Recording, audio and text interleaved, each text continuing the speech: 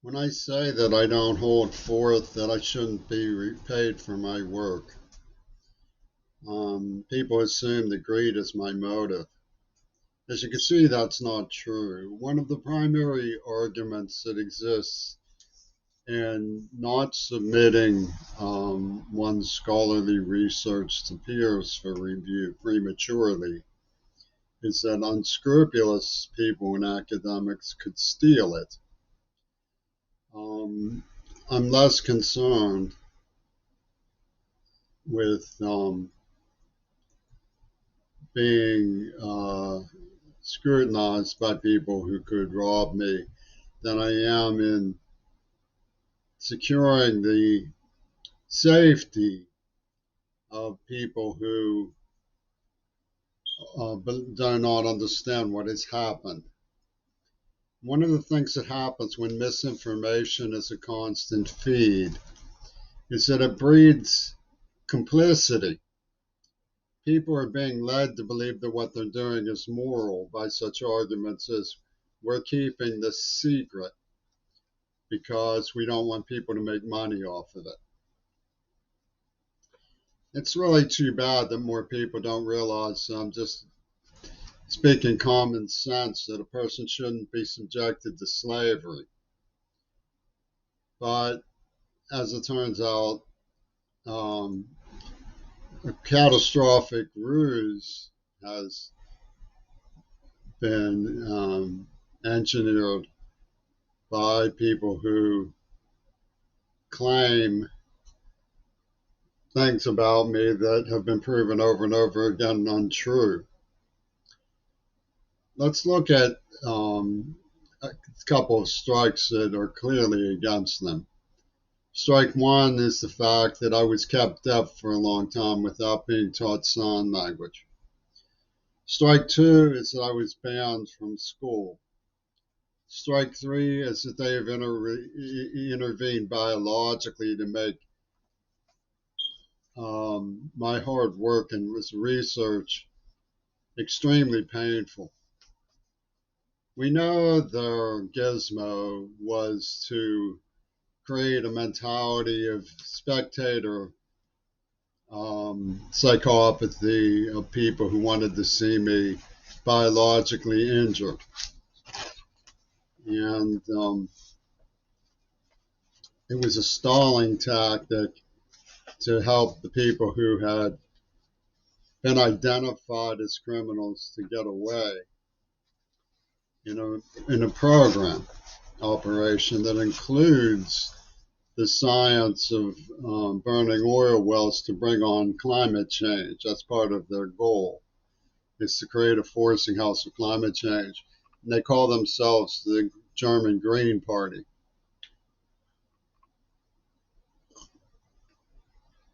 Well, those are some strikes against them.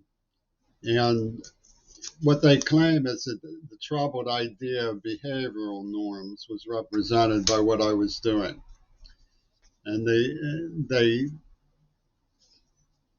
used Oliver Stone and Louis Lapham's inside job um, manipulation to pull it off by saying that the script was consistent with who I am. And they did what they could to make me seem like a very detestable person. Greg Carl lists the persona as addicted to the theft and degradations of the X motive, which would uh, Thorles of Britain concurred. So the fact that there's a research project that goes way back in time confirming that this was all planned is to the city of Pittsburgh irrelevant because they can get away with it by making up claims about me and saying, we guarantee you that even if he wins and gets paid for his work, he will not be in a condition to enjoy it. So we know what we're up against. Now,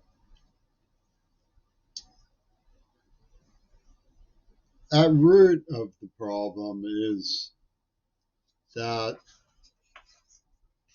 The script, it comes from Hollywood and oil wars, as did Reagan and Bush. And they know perfectly well that climate change serves as a metaphor for what they're doing, which is you can't um, avert their eyes from their double cross because the danger is clear and present. So it comes as a recruiting mechanism. And another recruiting mechanism is the denial of what they did. Because, as I said before, misleading information results in strengthening complicity, which is to say, you don't want to know what the truth is because it will make you appear more complicit than you want to be. And I encourage you to see the truth and cease being complicit and to speak against this lobby who attacked public education from the very beginning of public education. Public education exists in a land where the spirit world is an occupied zone. Hollywood claims that it's boring and that people want to be entertained. In fact, the tone painting and atmospherics I'm spoiling by giving away the end of a spoiler to a Hitchcock mystery movie are important to their the musk of their environmental tone in cinema. You see this in Wolfgang Stout. Comes from the era of the enemy is among us. Comes from the era that inspired Walter Lacker. Stout and Lacker were concerned with the sensibilities, the macabre, the enduring spirituality of the Holocaust. And you can think of it as something that we're making a statement about human nature. Tolkien talks about Bilbo feeling thin and stretched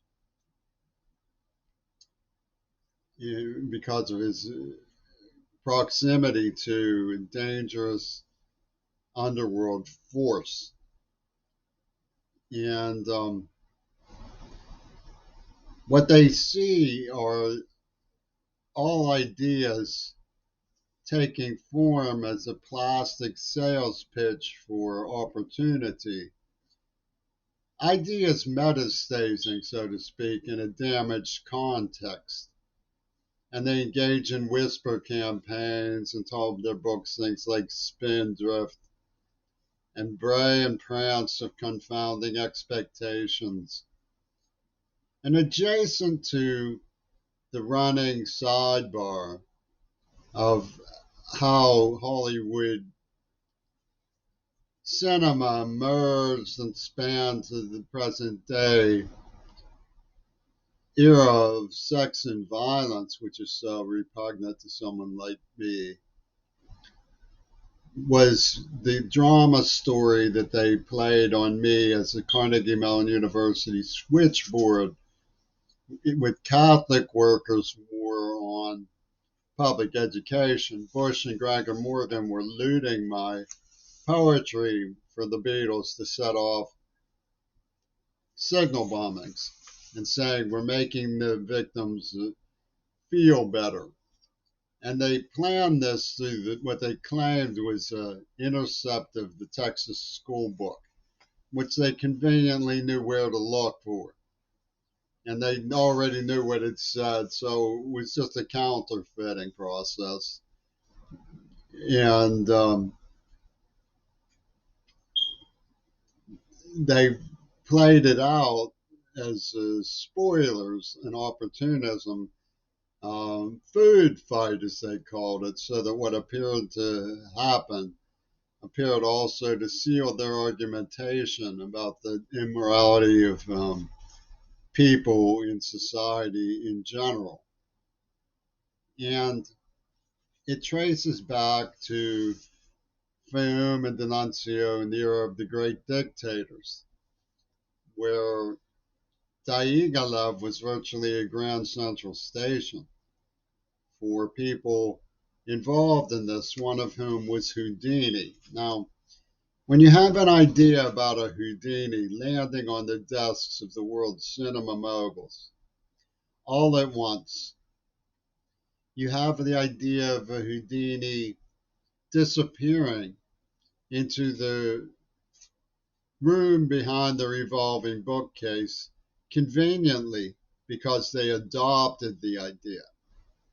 Now, when you adopt an idea from Houdini and work with an inside cabal, a big power that included King Edward of Windsor, who came to New York in the 1920s and said that Hollywood belonged in the hands of the Church of England. He, like Allen Dulles,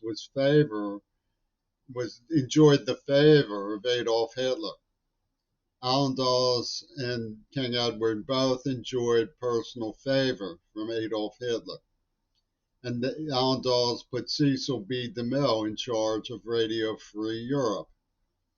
So when you have this kind of big-time group of people planning an idea based on a fourth-dimensional decoy about Houdini, as the disappearing escape act, it makes perfect sense that that's what they would do with the help of John Lennon. Until you square up face to face with the fact that John Lennon pulled a Houdini, the rug will consistently be pulled out from under you, and you will end up allied with the people who stabbed you in the back by an Axis revenge. It's very simple. And it's very difficult to confront it because of the sabotage, brutality, and lusty piracy that comes from the mind of Ringo Starr and his bedfellows, like Trumpy Tune. It's very difficult to confront the fact that the idea of the fourth dimensional escape, the invisible arm of cinema, landscaped by Bly Sanders, about whom a new book called The Invention of Life, get that name, The Invention of Life, spells out the absolute presence of this plan. The plan cannot be escaped. The only thing that you can escape is your own willingness to be aware of the plan. And you do that by saying, "No, Lennon died. It's him guiding the wheel up there." You can either laugh in the sense that Gurdjieff laughed at Orthanc, getting the better of his mirth about evil, or you can get mad. The idea of making a mating call on a commodity underwrites the idea of morality as a food fight. So when you have the idea that something can land on a whole bunch of people's desks at the same time and then disappear, you see why they would say that I am breaking faith with their right to control the narrative and keep it secret by trying to warn people what really happened. So I'm a spoiler. And they say, well, you'll spoil it for yourself, hot dog. No one will ever pay you for your work. And they shadow the report with ulterior claims coming from the Catholic worker group who waged war for Hollywood and Carnegie Mellon on the humanism of the public school system. Because when it comes to illicit death penalties, you're no longer in the realm of public law enforcement. You're in the realm of the surreal Ripper Hatters, of cinema plotters, and espionage from the industrial sector of the Federal Bureau of Investigation in Hollywood. What happened in such a way as to charm those who believed them into going along with it when they had other tricks up their sleeve wouldn't have worked if people knew and were alerted to the cinema plot, which is what I'm trying to make clear. Among the things that Hitler-Reagan did was stage a reckless driving incident in which I was fingered wrongfully as the driver. And it was Hitler Reagan's outfit, if not him personally. I do not know if it was him personally. I do know that him personally was behind the Texas School Book. That's been verified by countless issues of the Super Story and semiotics.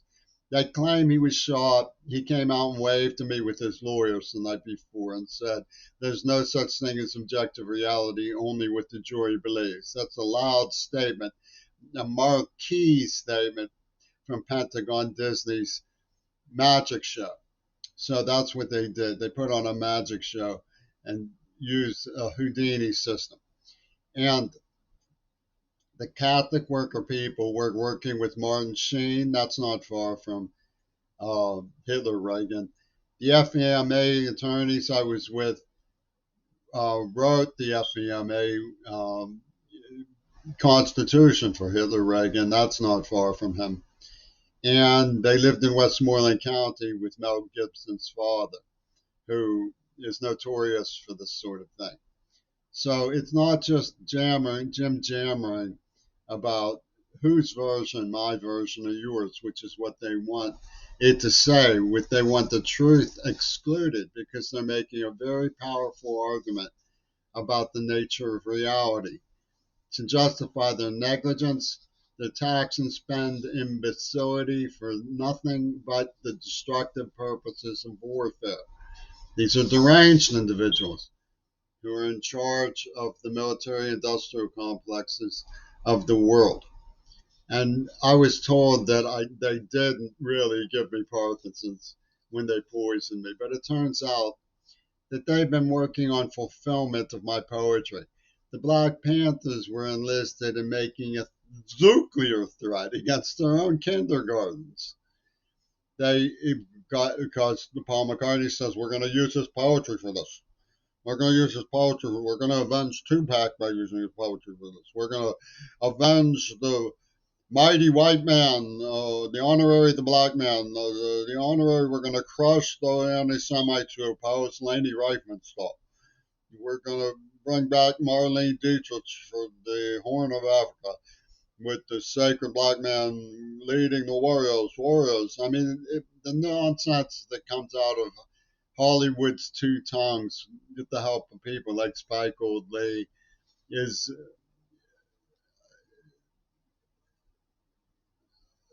grounds to get choked up with dismay. People shouldn't be allowed to confuse in this manner. And there should be Hollywood oversight over the way they cruelly abuse the idea of meaning in people's lives.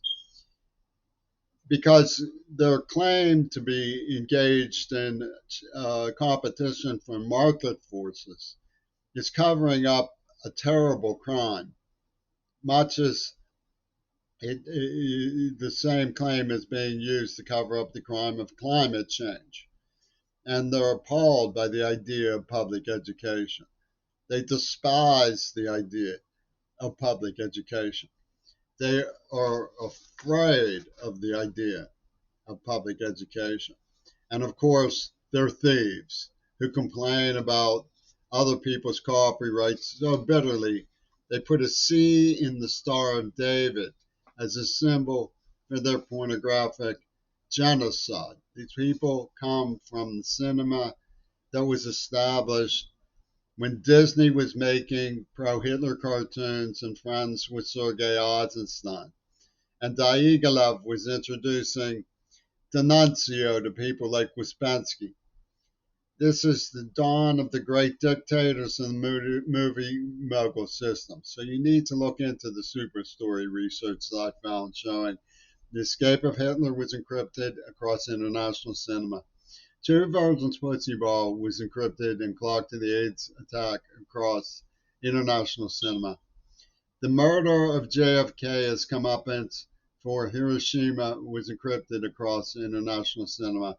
And the escape of John Lennon is alluded to and encrypted across international cinema. They called it Casper, Lazarus, the Walrus. It was a Houdini system known to most people as double fantasy. So if you think you're as good as Lennon, you're a double and it's a fantasy.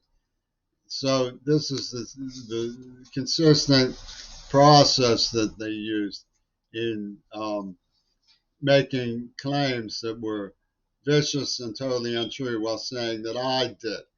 The fulfillment of my poetry involved someone named Shaky, who had Parkinson's, so Migliosi called him Shaky. He came out in a poem of mine, and they gave it to me um, the the last pedestal to stand on in what they vow will be always seen as heresy, with a tremoloa, tremoloa. It was caused by the drug like Attenborough, atenolol.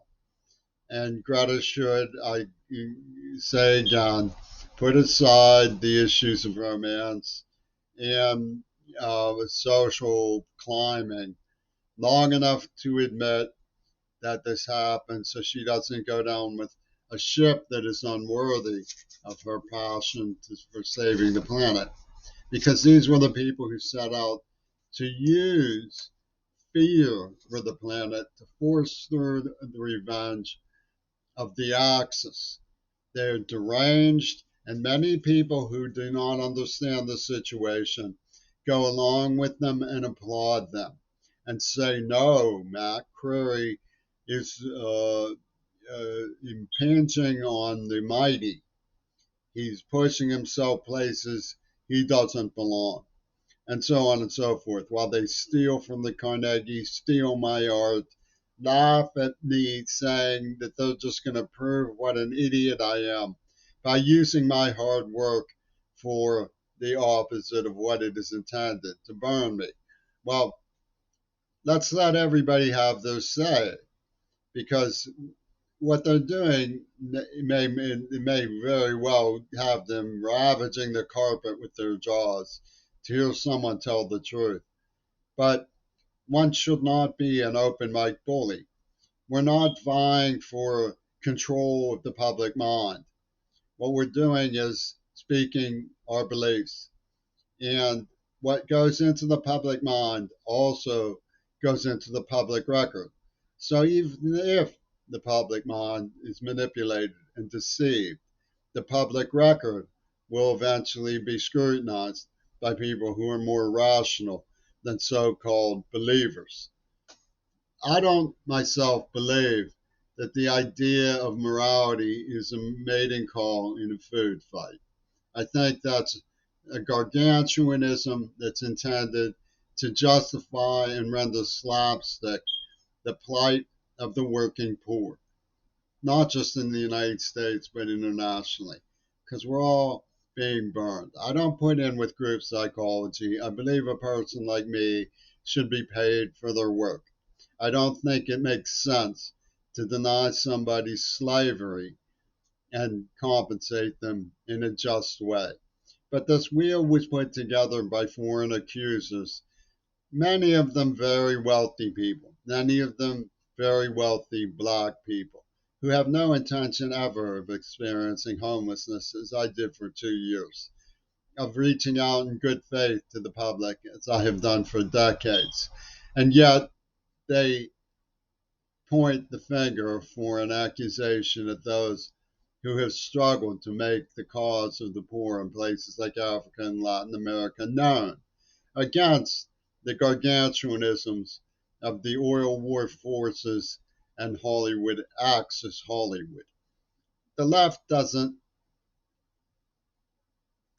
seem to realize that by backing John Lennon's plotting, they've been helping promote the idea that Hitler was Casper the Friendly Ghost.